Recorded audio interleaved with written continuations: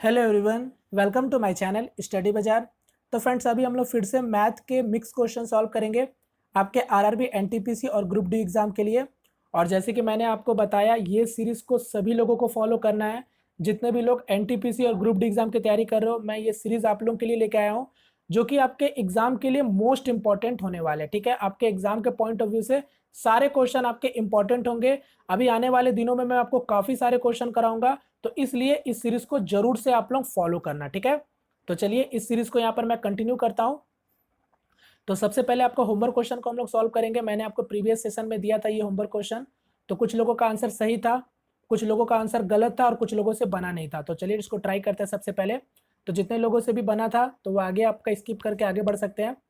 Question में actually पूछा क्या गया था, find the remainder when this number is divided by 23। यानी सिंपली क्या बोला गया था कि इस नंबर को जब 23 से विभाजित करेंगे तो शेषफल क्या होगा, ये आपसे क्वेश्चन में पूछा गया था। तो आपको मैंने पहले भी बताया था कि देखो, अगर रिमाइंडर निकाल रहे हो तो हमेशा आपका फोकस रिमाइंडर पर ही होना चाहिए। जैसे कि अगर यहाँ पर देखो 631 के पावर में क्या है, 3 है, तो पावर को आप इग्नोर करो थोड़ा देर के लिए। ठीक है, पावर पे आपका ध्यान नहीं होना चाहिए। यहाँ पर क्या हो जाएगा 256। इसी नंबर को 23 से विभाजित करने पर आपसे शेषफल क्या होगा, ये आपसे पूछा है। तो सिंपली आप देखो 631 को आप डिवाइड करो 23 से। जब 631 को 23 से डिवाइड करोगे तो रिमाइंडर क्या बचेगा, रिमाइंडर पर ध्यान देना। रिमाइंडर क्या बचेगा, 10 बचेगा। यानी 10 के पावर में हो गया 3। अब उसी तरीका से 760 को जब आप 23 से डिवाइड करोगे तो रिमाइंडर क्या बचेगा, यानी शेषफल क्या बचेगा।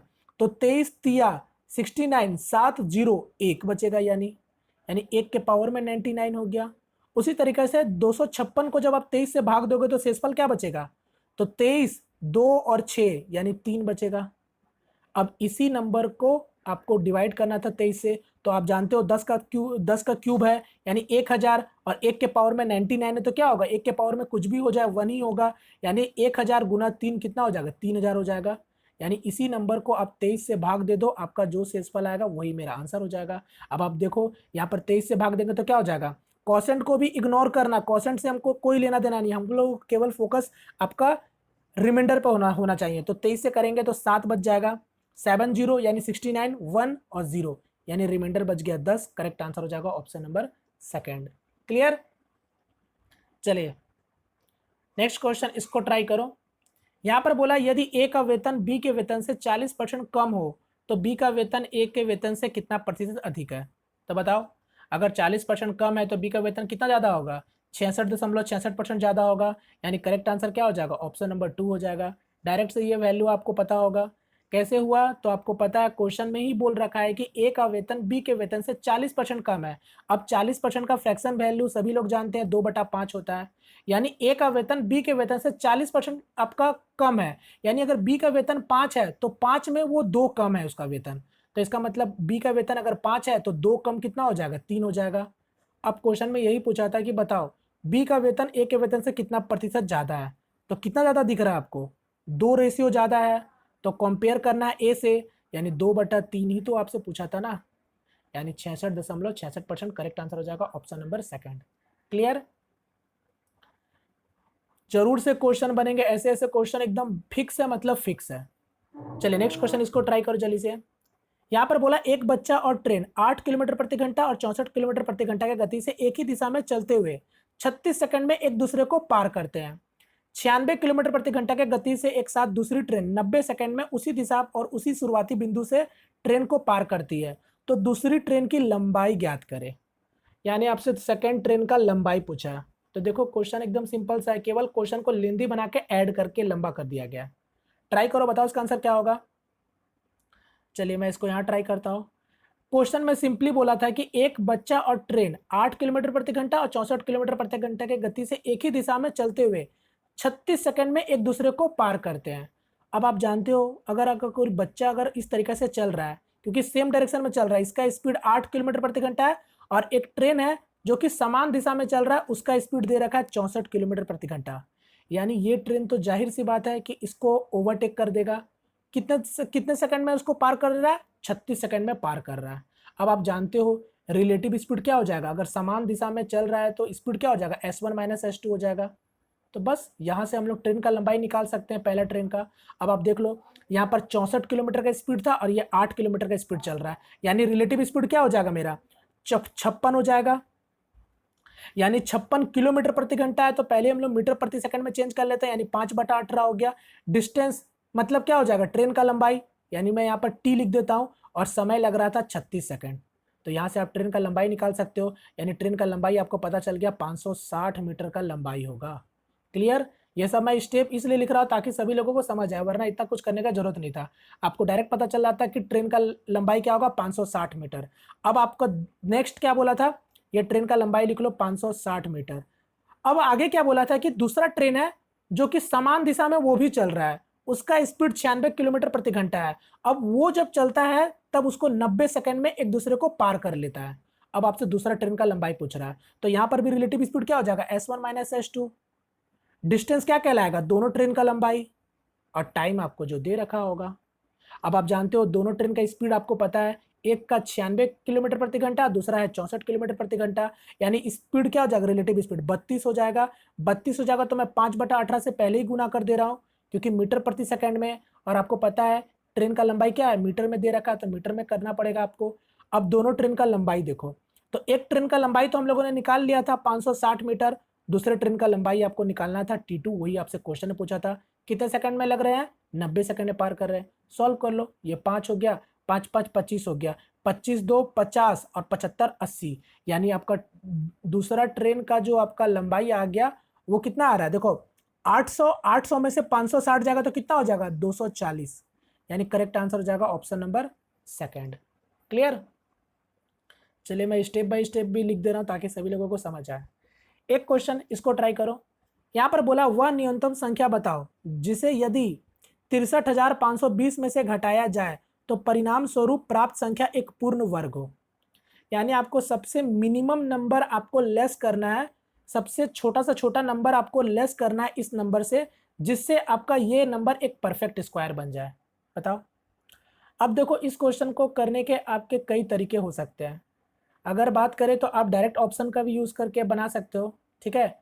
हालांकि अगर मैं बात करूंगा तो ये नंबर थोड़ा बड़ा सा नंबर दिख रहा है 63,520। अगर यही नंबर अगर छोटा सा होता तो आप आसानी से कर लेते भरबली, ठीक है। कई लोग यहाँ पर भरबली आराम से अभी भी कर सकते हैं, ठीक है। मगर अगर सपोज दैट अगर ये नंबर ऐसा होता 535, अगर क्वेश्चन में अगर लिखा होता 535 में कितने नंबर घटाए जिससे आपका एक परफेक्ट स्क्वायर बन जाए, तो आप आसानी से कर लेते हैं, क्योंकि आपको पता है कि 535 के नियर अबाउट कौन सा स्क्वायर होता है, 23 का स्क्वायर, यानी 529। यानी आप सिंपली समझ गए 6 अगर हम लेस करेंगे तो एक परफेक्ट स्क्वायर बन जाएगा। सबसे मिनिमम नंबर लेस करेंगे तो मेरा एक परफेक्ट स्क्वायर बन जाएगा। मगर ये जो नंबर है 63,520, ये एक बड़ा सा नंबर है। यहां पर अगर आपकी प्रैक्टिस अच्छी है तो आप अभी भी ऑप्शन का हेल्प लेके बना सकते हो, ठीक है। स्मार्ट अप्रोच भी लगाओगे तो भी आपका आंसर निकल के आ जाएगा। अगर फिर ये नहीं निकल पाया तो फिर आपको डायरेक्ट क्या करना पड़ेगा, आपको यहाँ पर फिर लॉन्ग डिवीजन मेथड से आपको स्क्वायर रूट निकाल के पता करना पड़ेगा कि ये किसके नियर अबाउट आपका स्क्वायर आ रहा है। जैसे कि अगर मैं बात करूँ यहाँ पर, अगर आप स्मार्ट तरीका लगाओगे तो आपको पता है स्क्वायर रूट निकालना, आप जानते हो। यहाँ से 2 नंबर हटाओ, यहाँ से आप लास्ट का 3 डिजिट देखो, ये क्या निकल के आ रहा है 635। 635 किस स्क्वायर के नियर अबाउट है, 25 के नियर अबाउट है कि नहीं है। अगर यहाँ पर देखोगे 20 है, 20 मतलब किसके नियर अबाउट है, स्क्वायर का 4 का नियर अबाउट है। यानी आप कह सकते हो ये जो नंबर है ये 254 के नियर अबाउट कहीं ना कहीं होगा, ठीक है। 254 से तो हालांकि ये ज्यादा हो जा रहा है, क्योंकि यहाँ पर अगर मैं देख रहा हूँ 250 से आपका कई ज्यादा है, यानी इसका ये किसके नियर अबाउट हो सकता है, तो ये 252 के कहीं ना कहीं नियर अबाउट हो सकता है। तो ये सब चीज जब आप करोगे तो आपको खुद ही पता चल जाएगा कि ये किसके नियर अबाउट है। जैसे कि अगर मैं बात करूँ 252 का स्क्वायर क्या हो जाएगा, 252 का स्क्वायर हो जाएगा 63,504। बात समझ गए। तो ये स्मार्ट तरीका से अगर आप देखोगे तो खुद ही पता चल जाएगा, यानी इसमें से 16 कम करेंगे, 16 कम करेंगे तो मेरा आंसर आ जाएगा, ठीक है। मतलब ये आपका किसी का परफेक्ट स्क्वायर बन जाएगा।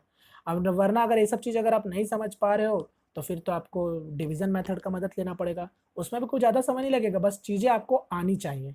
अगर मैं डिवीजन मेथड से बताऊं तो आपको पता करना पड़ेगा कि ये नंबर किसके स्क्वायर के नज़दीक है, तो आप ऐसे पता लगा सकते हो। उम्मीद करता हूँ ये सब चीज़ आपको पता होगा, मैं केवल बस करके आपको दिखा दे रहा हूँ ताकि आपको समझ आ जाए। अब आप जानते हो अगर मैं डिवीजन मेथड से स्क्वायर रूट निकालूंगा तो सबका पेयर बनाना पड़ेगा, ये पेयर बन गया इसके साथ, ये पेयर इसके साथ बन गया।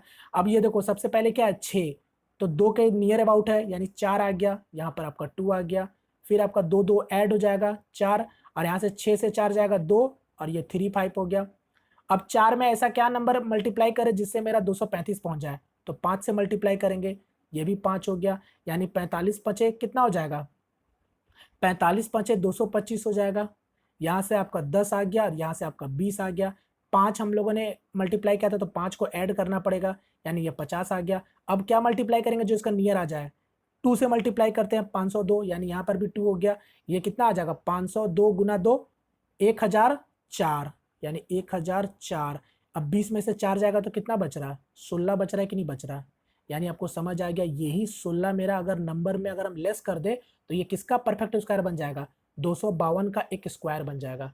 तो बस करेक्ट आंसर हो जाएगा ऑप्शन नंबर डी। क्लियर, मैंने हर तरीके से आपको समझाने की कोशिश किया है। चलिए नेक्स्ट क्वेश्चन, इसको ट्राई करो जल्दी से। यहाँ पर बोला गया है कि 3 वर्ष पहले 5 सदस्यों वाले एक परिवार की औसत आयु 17 वर्ष थी। एक शिशु के जन्म हो जाने के पश्चात आज औसत आयु वही है, शिशु का वर्तमान आयु बताइए। अब आपको पता है ये देखो 3 साल पहले की बात कर रहा है, 3 साल पहले कोई फैमिली में 5 लोग रहते थे, उनका औसत आपको बताया है 17, यानी 3 साल पहले उन लोगों का आयु का योग कितना रहा होगा, 85 रहा होगा। अब ध्यान दीजिएगा ये 3 साल पहले की बात कर रहा है, अगर मैं प्रेजेंट की बात करूं, ठीक है, अगर 3 साल पहले अगर उन लोगों का सम 85 है तो प्रेजेंट में कितना आपका होगा, तो 3 सभी लोगों का मैं साल बढ़ा दूंगा, यानी 5 लोगों का 3 साल और बढ़ा दूंगा तो कितना हो जाएगा, 85 15 100 हो जाएगा, यानी उन लोगों का प्रेजेंट एज कितना रहा होगा, 100 अभी रहा होगा। अब क्वेश्चन में आगे क्या बोल दिया कि एक शिशु के जन्म हो जाने के पश्चात आज औसत आयु वही है, यानी अब प्रेजेंट की बात कर रहा है कि एक इसमें आपका कोई एक बच्चे का जन्म हुआ है जिसमें उन लोगों का औसत आयु अभी भी वही है। तब आप समझ गए, यानी 5 लोग पहले थे, अब एक बच्चा का जन्म होने के बाद 6 हो गए और उन लोगों का औसत आयु अभी भी 17 है, यानी अभी उन लोगों का प्रेजेंट एज कितना हो जाएगा, 5 1 6 17 गुना 6 102। अब आप समझ चुके हो, ये है आप 5 लोगों का प्रेजेंट एज 100 और ये एक बच्चे के जन्म लेने के बाद उन लोगों का प्रेजेंट एज हो गया 102। तो आपसे पूछा था शिशु का वर्तमान आयु यानी प्रेजेंट एज पूछा था, यानी कितना है 2 साल का बच्चा है, यानी करेक्ट आंसर हो जाएगा ऑप्शन नंबर फर्स्ट। एक क्वेश्चन आपसे ये पूछा गया था, इसको ट्राई करो। यहां पर क्या बोला, कोई धन राशि साधारण ब्याज की वार्षिक दर पर 2 वर्ष में रुपए 5182 और 3 वर्ष में 5832 हो जाती है, तो मूलधन बताए, यानी आपसे सिंपली पूछा है प्रिंसिपल अमाउंट। तो देखो 2 साल में अमाउंट इतना हो गया, 3 साल में आपका अमाउंट हो जा रहा है 5832 रुपए, ये 3 साल में अमाउंट हो रहा है। 2 साल में कितना अमाउंट हुआ था, तो ये हुआ था 5182। तो देखो 1 साल में ये कितना अमाउंट बढ़ा है, 13 से 8 जाएगा 5, 7 से 1 जाएगा 6, यानी आपको पता चल गया कि 1 साल में अमाउंट कितना बढ़ रहा है आपका, यानी अमाउंट नहीं, क्योंकि साधारण ब्याज है तो साधारण ब्याज में क्या होता है, केवल आपका इंटरेस्ट बढ़ रहा है। तो कितना आपका हो गया, ये आपका 650 रुपए कहीं ना कहीं इंटरेस्ट लग रहा है। बात समझ रहे हो, आपको पता है साधारण ब्याज में प्रिंसिपल में ही केवल आपका इंटरेस्ट लगता है। तो 2 साल में 5182 हो रहा है, 3 साल में 5832 हो रहा है, यानी 1 साल में आपका टोटल ब्याज कितना लग रहा है, 650 लग रहा है। समझ आया, आपसे पूछा था प्रिंसिपल। अब 1 साल का ब्याज अगर 650 है तो 2 साल का ब्याज कितना हो जाएगा, 1300 हो जाएगा।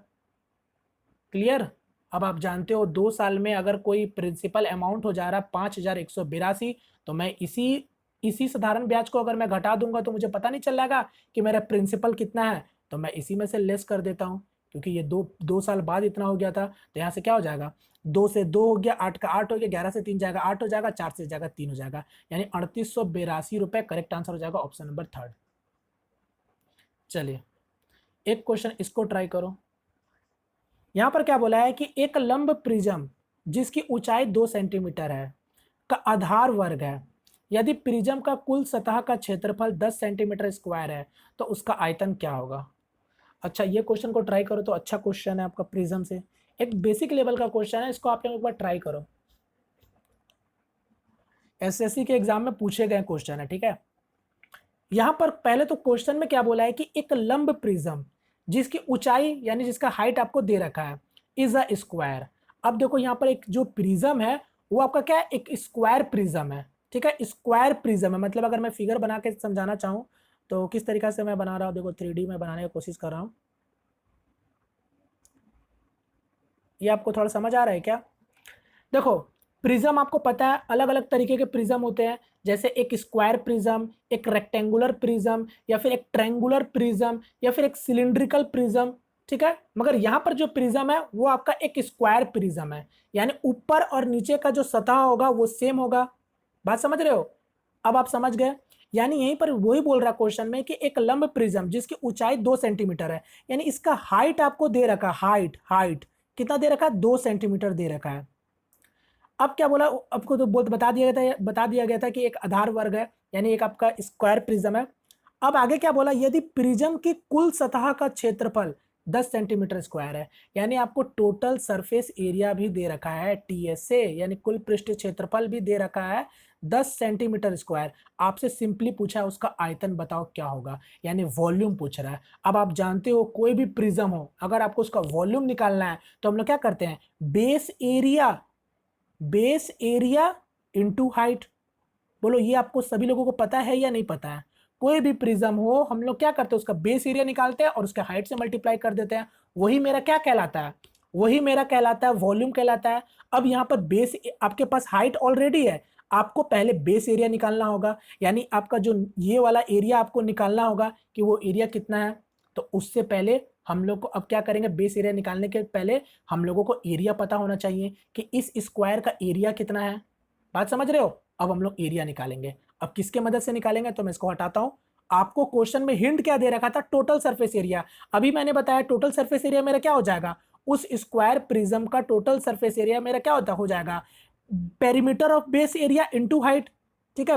Perimeter of base area into height plus अपर नीचे, मतलब ऊपर और नीचे दोनों का मेरा साथ में क्या हो जाएगा, स्क्वायर एरिया, यानी मेरा क्या हो जाएगा साथ में दोनों का एरिया, यानी मैं कह सकता हूं 2A²। यही तो मेरा टोटल इसका मतलब टोटल आपका TSA हो जाएगा ना, टोटल सरफेस एरिया।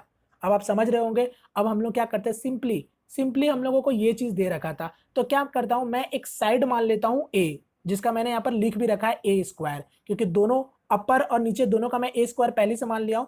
अब आप देख लो, यानी नीचे का पेरीमीटर बेस एरिया कितना हो जाएगा, तो स्क्वायर का पेरीमीटर क्या होता है 4A, यानी 4 इंटू A इंटू यहाँ पर क्या हो जाएगा 4 इंटू बेस एरिया, यानी एरिया है ना 4A² इंटू हाइट, कितना हाइट है आपका 2 हाइट है, प्लस 2A² और इक्वल टू यहाँ पर क्या हो जाएगा 10 हो जाएगा। अब सॉल्व कर लो, यहाँ से आप A का वैल्यू बहुत आसानी से निकाल सकते हो। अगर मैं इसको और थोड़ा सॉल्व कर दूं तो क्या हो जाएगा, 2 कॉमन लेके मैं हटा दे रहा हूँ, यहाँ पर हो जाएगा A² प्लस 4 2 8 है, तो मतलब 4 हो जाएगा, यानी 4A हो जाएगा। यहाँ पर A² मैंने गलती दे रखा था, क्योंकि पेरीमीटर ऑफ बेस बोला था ना, पेरीमीटर पूछा, एरिया नहीं पूछा था। 4A हो जाएगा, ठीक है, 4 साइड होते हैं, 4A माइनस 5 हो जाएगा इक्वल टू 0। अब ये आपका क्या बन गया, क्वाड्रेटिक इक्वेशन बन गया। क्वाड्रेटिक इक्वेशन बन गया तो आप जानते हो यहाँ से A का वैल्यू निकाल सकते हो। A का 2 वैल्यू निकल के आ रहा है, एक आपका क्या आएगा 5 आएगा, क्या नेगेटिव में -5 आएगा, और एक आपका पॉजिटिव में 1 आएगा, यानी साइड आपका हम कभी भी नेगेटिव में नहीं होता है, यानी A का वैल्यू निकल गया 1। बस A का वैल्यू निकल गया 1, तो बस मैं इसको हटाता हूँ। 1 निकल गया, तो मैंने क्या बताया था फॉर्मूला आपको वॉल्यूम का, बेस एरिया इंटू हाइट। तो बेस एरिया ये आपका साइड क्या था 1, तो 1 का स्क्वायर 1, हाइट कितना 2, यानी करेक्ट आंसर हो जाएगा ऑप्शन नंबर फर्स्ट। चलिए, एक क्वेश्चन ये पूछा गया था, इसको ट्राई करो। यहाँ पर क्या बोला गया था, एक 6 सेंटीमीटर लंबे तथा 4 मीटर चौड़े हौज में पानी की गहराई 1 मीटर 25 सेंटीमीटर है, तो हौज की गीली धरातल का कुल क्षेत्रफल क्या होगा बताओ। ठीक है, ये सेंटीमीटर नहीं होगा, यहाँ पर मीटर होगा, ठीक है, सेंटीमीटर नहीं मीटर होगा। 1 मीटर, सॉरी ठीक है, 1 मीटर 25 सेंटीमीटर ना, डॉट के साथ लग रहा है, ठीक है। चलिए 1.25 मीटर बोलो, या फिर 1 मीटर 25 सेंटीमीटर। चलो यहाँ पर क्या बोला है सिंपली कि एक एक आपका क्या बोला है, अब आपका एक बोला है एक हौज है, ठीक है, मान लो सपोज दैट, यहाँ पर भी कई लोग कंफ्यूज हो जाएंगे। क्या बोला था, एक 6 मीटर लंबे तथा 4 मीटर चौड़े हौज में पानी की गहराई 1.25 मीटर है। आपसे पूछा what is the total area of wet surface of the tank, यानी गीली गीली धरातल का कुल क्षेत्रफल आपसे पूछ रहा है। अब आप समझ सकते हो, अगर मेरा पानी अगर इस हाइट तक है, इस हाइट तक है, तो आप जानते हो जो पानी होगा पूरा नीचे का जो लेंथ एरिया होगा उसको तो टच करेगा ही करेगा, यहाँ का भी एरिया टच होगा, यहाँ का भी एरिया टच होगा, मगर ऊपर का एरिया आपका कहीं ना कहीं टच नहीं होगा। ठीक है, ऊपर का एरिया को हटा के सारा यानी वेट सरफेस एरिया आपसे क्वेश्चन में सिंपली पूछा है, तो बस अब निकाल लो। अब आप जानते हो, अब इसको अब अलग अलग पार्शियल में भी आप कर्व सरफेस एरिया करके भी ऐड करके बना सकते हो, या फिर डायरेक्ट आप जानते हो ये आपका क्या बन गया, एक क्यूबॉइड का शेप का यानी घनाभ का एक शेप का बन गया। तो टोटल सरफेस एरिया आप जानते हो क्या होता है, 2 length breadth, breath into height plus height into length, ये हो गया टोटल सरफेस एरिया का। मगर क्वेश्चन में बोल रखा था कि गीली धरातल का कुल क्षेत्रफल क्या होगा, यानी वेट सरफेस एरिया आपसे केवल पूछा है, तो यानी नीचे का ही आपका लेंथ एरिया को टच करेगा पानी, पानी ऊपर नहीं टच कर रहा है। ठीक है, तो उसमें से हम क्या करेंगे, ऊपर का लेंथ एरिया को हम लोग लेस कर देंगे, यानी एल माइनस बी आप लेंथ लेस कर दो। बात समझ गए, तो बस आप निकाल सकते हो। मैं इसको हटाता हूँ, अब डायरेक्ट मैं टोटल टीएसए निकाल दे रहा हूँ। ठीक है, क्योंकि यहाँ से भी आप 2 LB में आप एक लेस कर सकते हो, ये आपकी मर्जी है। तो मैं यहाँ से हटा कर डायरेक्ट अब सॉल्व करता हूँ, तो क्या हो जाएगा, 2 लेंथ ब्रेथ कितना है, 6 और 4 24 हो गया, 4 4 गुना 1.25 कितना हो जाएगा, 5 हो जाएगा, प्लस 1.25 और ये 6, तो 6 और 1 मतलब 7.5 हो गया, 24 5 29, 29 और 7 कितना हो गया, 36, 36.5, 36.5 गुना 2 कितना हो गया, 73, 73 हो गया। ठीक है, 73 मीटर स्क्वायर हो गया। अब मैंने क्या बोला था, माइनस लास्ट में हम लोग लेंथ ब्रेथ को माइनस कर देंगे, तो 6 चौके 24, 24 को अगर हम लेंथ और ब्रेथ 24 हो गया, 24 को भी लेस कर देंगे तो कितना हो जाएगा मेरा 49 मीटर स्क्वायर, यानी correct answer option number D. चलिए चलो नेक्स्ट क्वेश्चन, इसको जल्दी से ट्राई करो। यहाँ पर क्या बोला था कि अपने अपने पशुओं को चराने के लिए एक्स और वाई ने एक घास के मैदान को ₹300 पट्टे यानी किराए पर लिया। यदि एक्स ने 10 पशुओं को 5 सप्ताह चराया था और वाई ने 15 पशुओं को 7 सप्ताह तक चराया, तो उनके आपस में किस अनुपात में किराया बंटना चाहिए। क्लियर, बताओ। अब आप जानते हो कि अगर कोई भी 2 लोग 3 लोग 4 लोग, कोई भी आपका दुकान या फिर कोई भी खेत किसी भी पर्पज से आपका अगर रेंट पर लेते हैं, ठीक है, तो आप जानते हो जो भी जितने समय तक जितना भी यूज करेगा या फिर कोई भी एनिमल को अगर वो चरा रहा है तो पैसे भी उसके हिसाब से ही देंगे। अब आप ये जानते हैं, तो बस अब ये हो गया एक्स और ये हो गया वाई। एक्स के पास टोटल कितना था, 10 एनिमल था, 5 हफ्ते के लिए चराया था, तो ये 10 एनिमल 5 हफ्ते के लिए चराया था। वाई जो था वो 15 एनिमल को लेकर 7 हफ्ते तक चराया था, तो बस इसी प्रपोर्शनल में वो लोग आपके किराए भी भरेंगे। बस अब सॉल्व कर लो, 5 से काटेंगे 3 बार में, 5 से काटेंगे 2 बार में, यानी मैं कह सकता हूं ये एक्स और वाई का जो अनुपात होगा किराए का वो होगा 10 और 21 के अनुपात में, यानी करेक्ट आंसर हो जाएगा ऑप्शन नंबर सेकंड।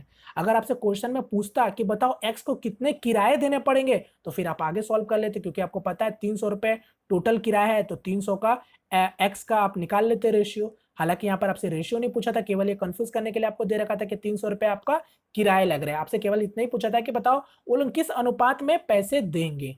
क्लियर, चलिए नेक्स्ट क्वेश्चन, इसको अच्छा वो वही क्वेश्चन है, यहाँ पर मैंने बस लिख रखा था। चलिए नेक्स्ट क्वेश्चन, इसको जल्दी से ट्राई करो। यहाँ पर क्या बोला है, समान लंबाई वाली 2 रेलगाड़ियां एक टेलीग्राफ के खंभे को क्रमशः 10 सेकंड 15 सेकंड में पार करती है। यदि प्रत्येक रेलगाड़ी की लंबाई 120 मीटर हो तो विपरीत दिशा में चलते हुए एक दूसरे को वो कितने समय सेकंड में पार करेगी। तो फिर से उसी टाइप का क्वेश्चन है, मगर यहाँ पर क्या है, अपोजिट डायरेक्शन में है। जल्दी से बताओ उसका आंसर क्या होगा।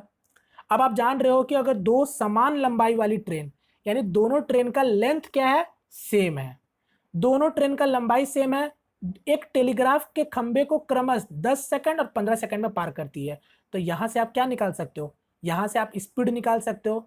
अब स्पीड आप जानते हो, स्पीड क्या होता है, डिस्टेंस बाय टाइम। डिस्टेंस आपको पता है, पहला ट्रेन का लंबाई अगर मैं टी मानता हूं तो टाइम कितना लग रहा था, 10 सेकंड लग रहा था।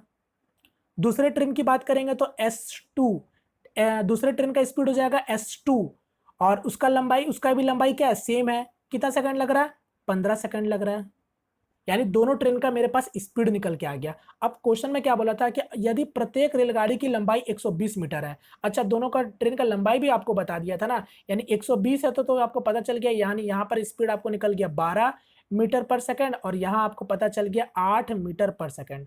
ये मैंने देखा ही नहीं, ठीक है। तो इस दोनों का स्पीड आपको निकल गया, पता चल गया 12 मीटर पर सेकंड और 8 मीटर पर सेकंड। अब दोनों में क्या बोल रहा है, विपरीत दिशाओं में चलते हुए, यानी अब रिलेटिव स्पीड क्या हो जाएगा, s1 प्लस s2 हो जाएगा, यानी दोनों का स्पीड क्या हो जाएगा, 12 और 8 कितना हो जाएगा, 20 हो जाएगा।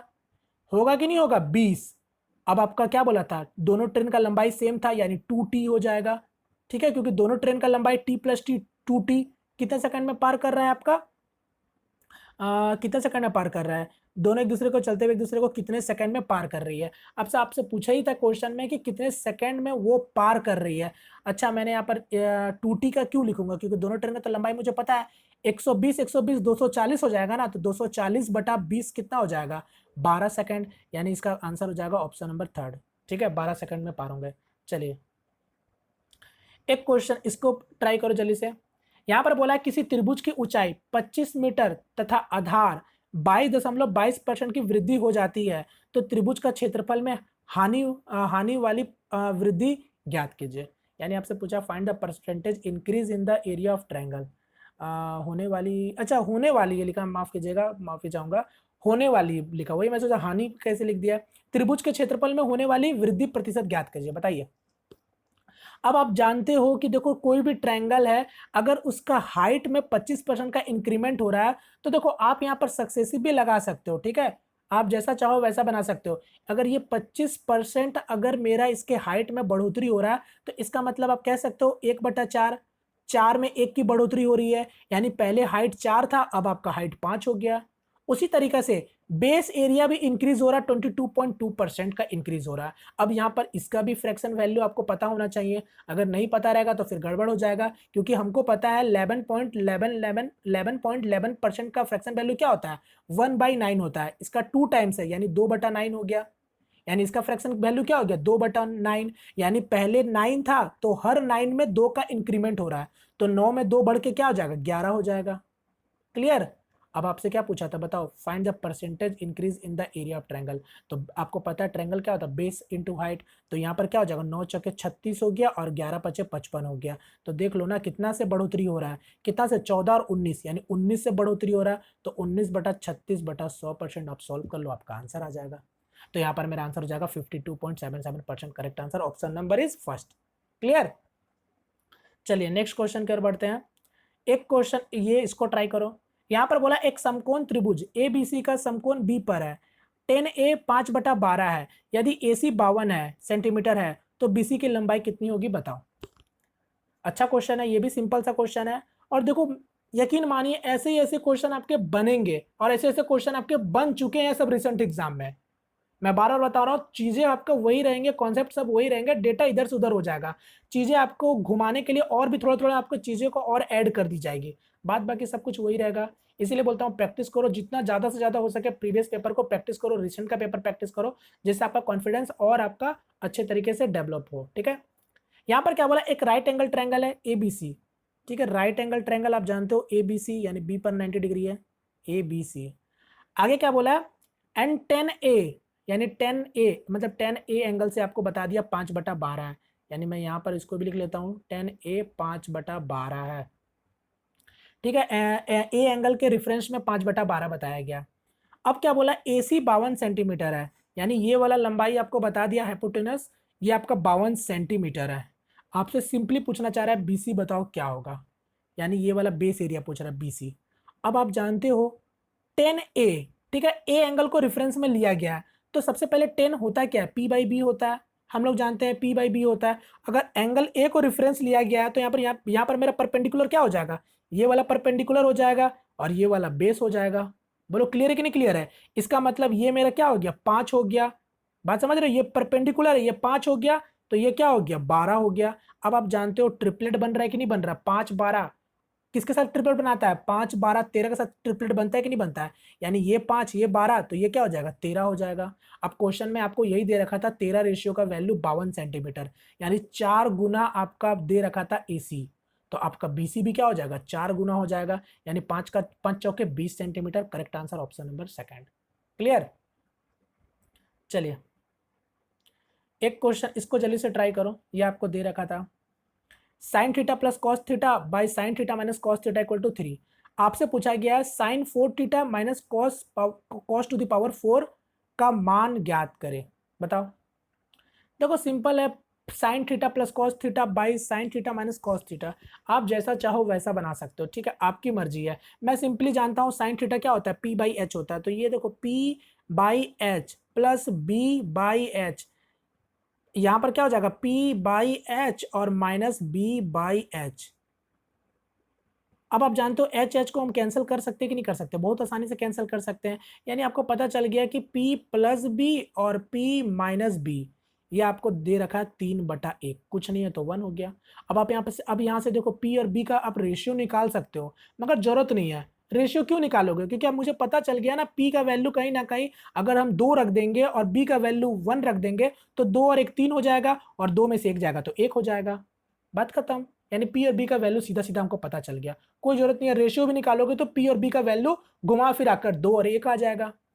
ये चीज मैं केवल आपको दिखाया हूं, आप यहाँ पे रेशियो निकालोगे ना, P और B का अनुपात 2 और 1 निकल के आ जाएगा। तो यहां से मैं हटाता हूं, यानी मेरे को पता चल गया P आपका 2 होगा तो B आपका 1 होगा। तो ट्रिपलेट तो कोई लग नहीं रहा है, यानी हाइपोटेनस क्या हो जाएगा, P square plus B square under root में आया, नहीं यानी 4 और ये 5 हो गया।